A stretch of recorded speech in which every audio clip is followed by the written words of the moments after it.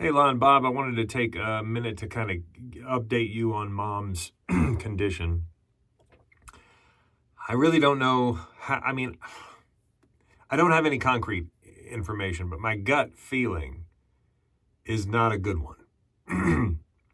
Mom is more loopy, more weak, more confused, more illogical than I've ever seen her. She is hallucinating significantly. And last night, to the point where there are a lot of times when she hallucinates, she'll say, "Oh, I have to make sandwiches for the kids," and then I'll say, "No, Mom, it's a hallucination. There's no kids," and she'll catch herself and go, "Oh," and then she's fine. Last night was a whole new game. She was wiped out all day. The caregiver came and they played games, and she seemed to have some energy for the caregiver.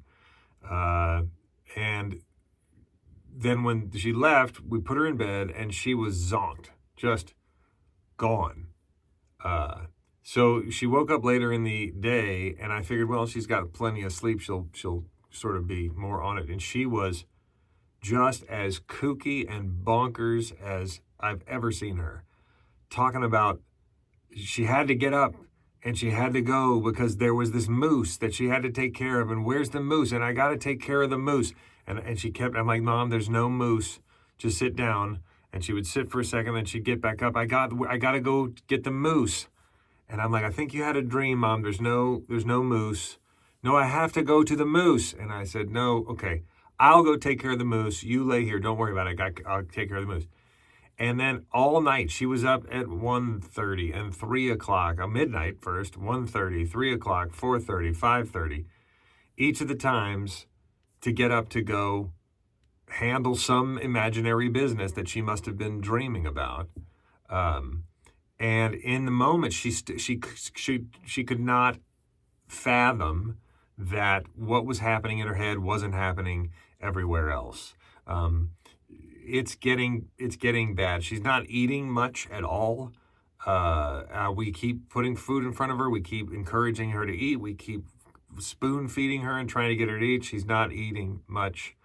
Like this morning, for instance, because she was up so much last night, she wouldn't wake up. So when Janet got here at 7:30, Mom's alarm had gone off. But Mom was not budging. She wasn't moving at all. It was almost like that same catatonic state that we had talked about before that she gets into, where she's not responding, she's not moving, nothing's happening. She's like in a crazy deep sleep.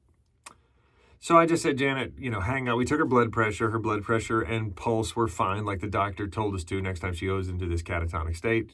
Everything was fine. So we just let her sleep. And so about 10, she finally, probably 9:30, she finally started to open her eyes. So about 10 o'clock, they had gotten her up, put on some clothes, and headed into the kitchen to take her pills. Now, usually what happens is 8 o'clock, she's up, she goes to the bathroom, she changes, into day clothes, she puts her teeth in, she takes her pills, she puts the little patch on, and she's done. It's a 10-minute process at the most. This morning, they went in to eat, which we had made her 1 scrambled egg and 2 small pancakes for breakfast. And I went back in there because I knew they were heading there about 10, so I just let Janet do her thing. I went back in there at 11 just to check in, and Mom still didn't have her teeth in.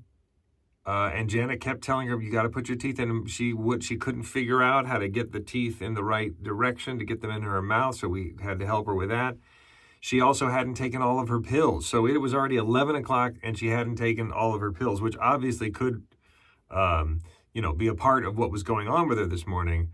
But she was gone. I mean, it's scary what's going on because she doesn't want to eat. So after Janet left at 11:30, she had eaten 2 bites of this entire breakfast. She had been there, for an hour and a half, sitting there eating. She has this thing where she'll hold something and then drop it, and hold something and then drop it. And so she spilled her coffee, she spilled her tea, she spilled some juice. So we were constantly cleaning up and wiping up until I finally was like, stop, we need to stop this. Just use a straw. Like, this is crazy. So then Janet left at 11:30, and it is now 12:46, and I have just come in from forcing Mom to continue to eat and eat the entirety of her breakfast. So from 10 a.m. till 12:45, it took her that long to eat one egg and two pancakes. It'd take forever. It wasn't like she was shaking. She was steady, and then she would do one jerk. Steady and do one jerk. And she'd put it in her mouth, and it would take, I calculated one of them. It took quite a while to get, so the one bite that she actually went and swallowed, it took 2.5 minutes to put it in her mouth, chew it up, and swallow. So you can imagine how long it took for all the rest.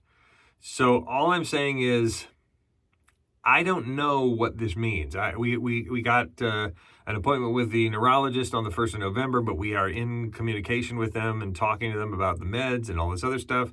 We're talking to her regular doctor. They are considering prescribing some clonazepam, so when she goes to sleep, she'll sleep soundly through the night and wake up better.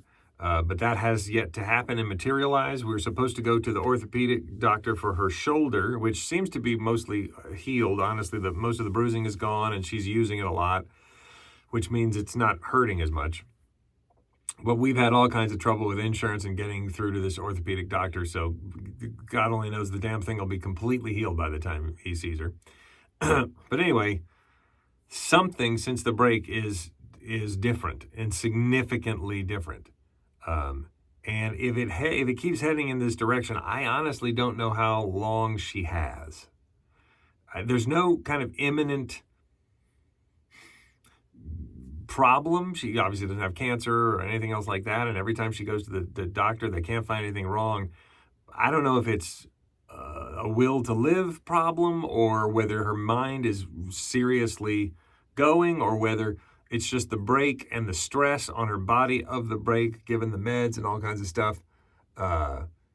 It's freaking me out. And so I wanted you to know. So, I'll keep you more informed, but it doesn't look good.